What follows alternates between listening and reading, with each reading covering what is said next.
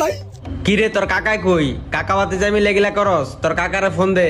এই মুহূর্তে তুই ফোন দিয়ে কার নিয়ে তো কয়, নাহলে কিন্তু থাপড়া একদম কানসা ফাড়ায় ফেলামু। আরে ভাই আমার কথাটা তো শুনবেন। হ্যাঁ তো আমার আপন কাকা না, দোকানে আমার লগে দেখা হয়েছে, একটা উপকার করছি।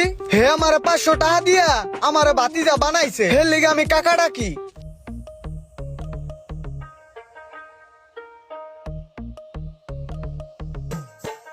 এই যে আঙ্কেল, আপনার 500 টাকা পড়ছে।